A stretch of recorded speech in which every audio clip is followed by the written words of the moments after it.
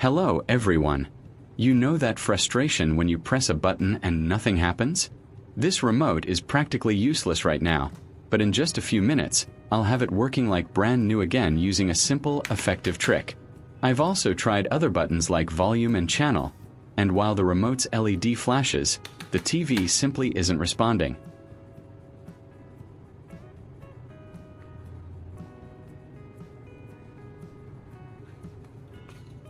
I even tried taking out the batteries, putting them back in, and using fresh ones.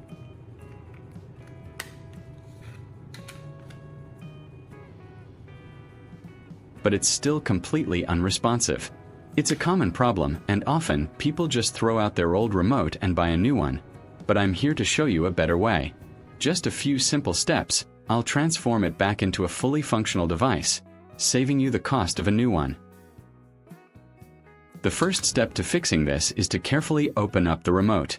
I'm going to remove the battery cover and then use a small screwdriver to gently pry open the casing.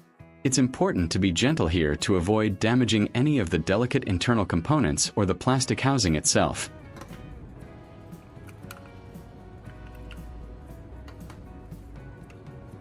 After that, I'm prying open the remote along the seam. You can hear a few clicks as the clips release.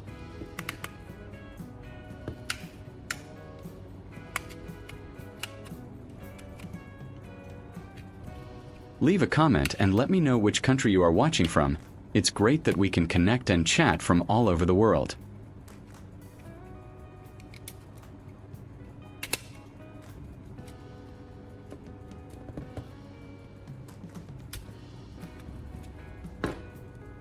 Inside, you'll see the circuit board and the rubber button pad. These are the main components we need to access. Now that I have the circuit board exposed, I can see some dust and grime that is built up. I'm going to spray it with a specialized electronic cleaning solution.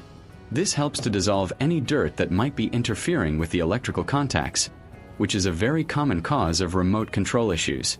After spraying, I'll use a clean cloth to wipe it thoroughly. Look at how much dirt came off. That's a good sign that this cleaning will make a difference.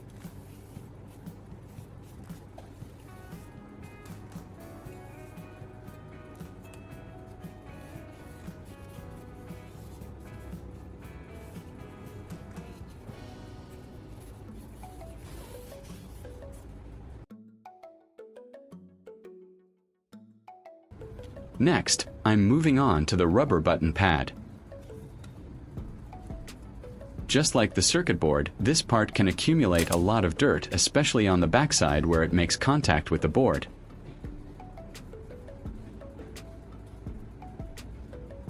I'll spray this with the same cleaning solution and then wipe down each individual button and the entire surface.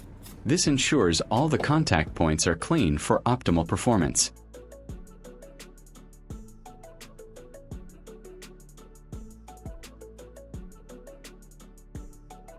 You can see the black residue coming off, which is a mix of oils from our fingers and environmental dust. Cleaning this ensures that the conductive pads on the back of the buttons make a proper connection when pressed.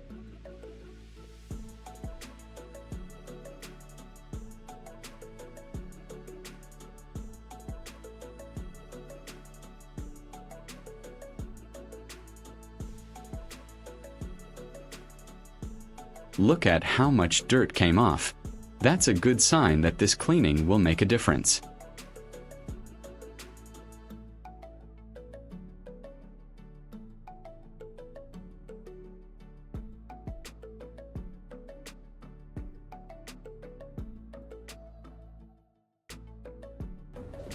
Now for a clever trick to fix unresponsive buttons.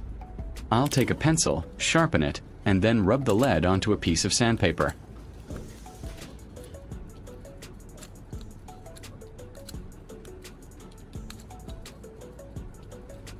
If you find this video interesting, don't forget to like, subscribe, and turn on the notification bell so you don't miss any interesting ideas coming soon.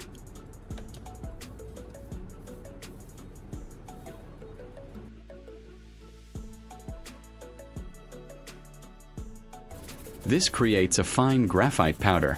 Graphite is conductive, and over time, the original conductive coating on the rubber pads can wear off.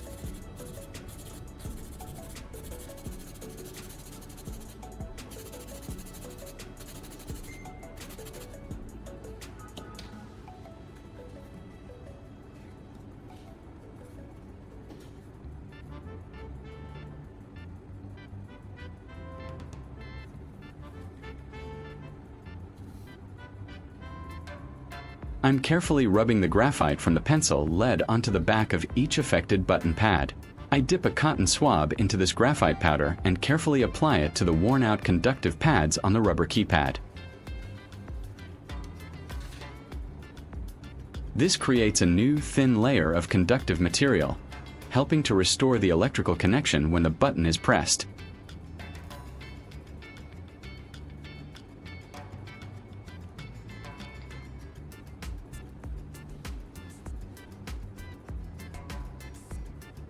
Adding graphite here significantly improves their electrical conductivity, essentially making them new again.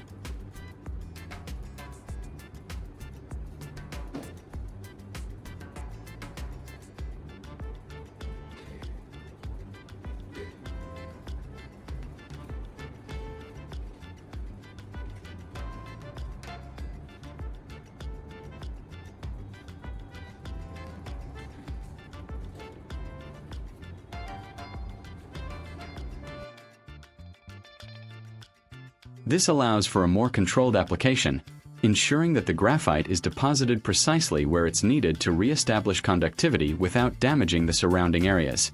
It's important to build up a good, even layer.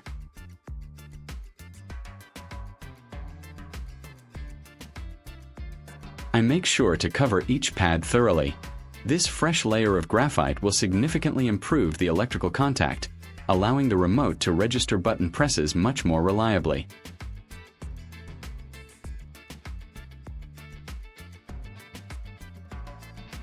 I'm going over each and every button to ensure no spot is missed, especially the heavily used ones. While we have everything apart, it's a great time to give the remote's plastic casing a good wipe down.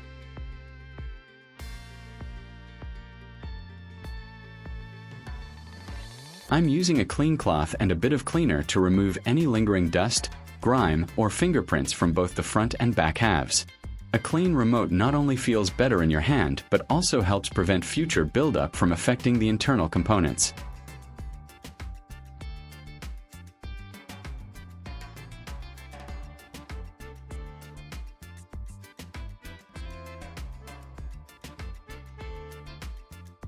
It's all about making sure every part is as clean as possible for optimal performance.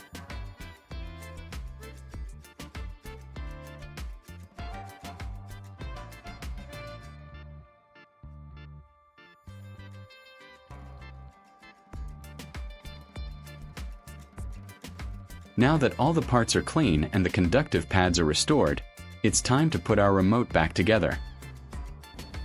I'm carefully placing the rubber keypad back into the front casing, making sure all the buttons align perfectly.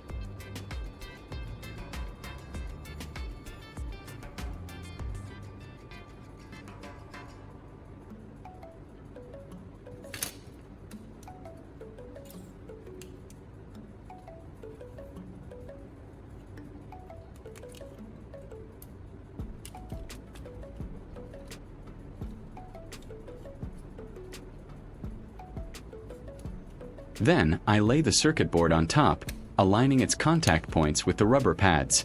I gently snap the two halves of the remote casing back together, making sure all the clips engage securely.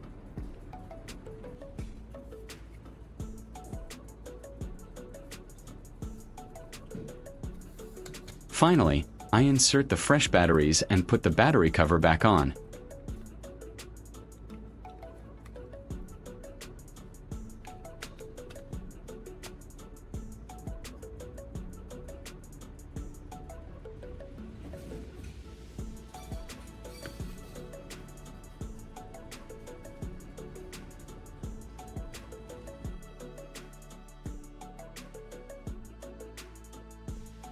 I'm pointing the remote at the TV and it works. The remote is alive again.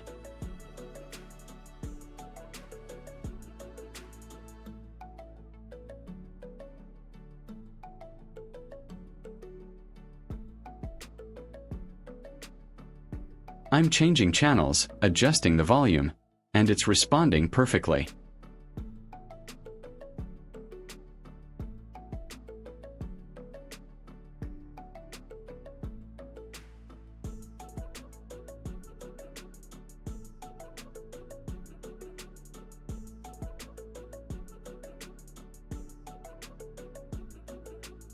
Look at that, a perfectly working remote control, all thanks to a simple cleaning and a bit of graphite. No need to buy a new one. I hope this tutorial helps you revive your old remote controls. If you found this video useful, please give it a thumbs up, share it with your friends, and don't forget to subscribe for more DIY tips. Thank you for watching, and I'll see you in the next video. Bye.